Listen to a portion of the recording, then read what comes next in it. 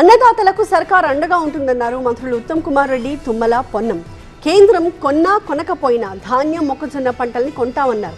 Gunny బ్యాగుల కొరత, లారీల కొరత లేకుండా చర్యలు తీసుకుంటున్నామన్నారు.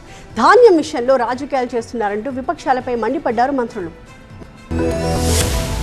ధాన్యం కొనుగోళ్ల విషయంలో ప్రతిపక్షాలు తప్పుడు ప్రచారం చేస్తున్నాయని మండిపడ్డారు మంత్రి ఉత్తమ్ కుమార్ రెడ్డి.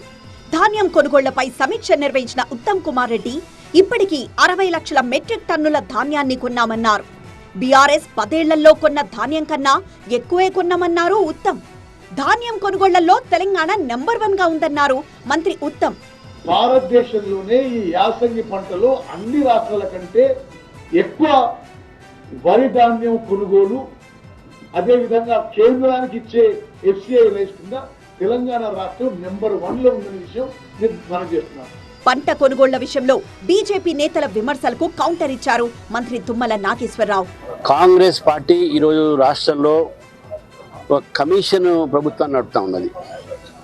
రైతుల బాధలు ఎవరు కూడా పట్టించుకోవట్లేదు. ఈనాడు భారతదేశంలో అన్ని పంటలు కొనుగోలు చేసేటటువంటి ఏకైక ప్రభుత్వం తెలంగాణ ప్రభుత్వం.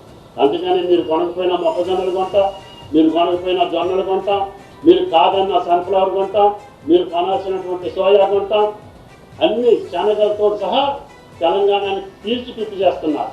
పెట్రోల్ ధరల పెంపు నుంచి ప్రజల దృష్టిని మరల్చేందుకే బీజేపీ రైతుగోస యాత్ర చేసిందన్నారు మంత్రి పొన్నం.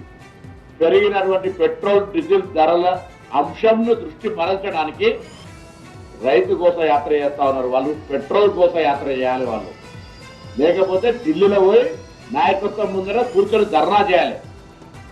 భారతీయ జనతా పార్టీ నాయకత్వాన్ని హెచ్చరిక చేస్తాను. భవిష్యత్తు ఆ వ్యవసాయ సీజన్ లో రైతాంగం యూరియా కొరకు ఇబ్బంది పడే పరిస్థితి వస్తే ముందుగానే హెచ్చరిక చేస్తాను.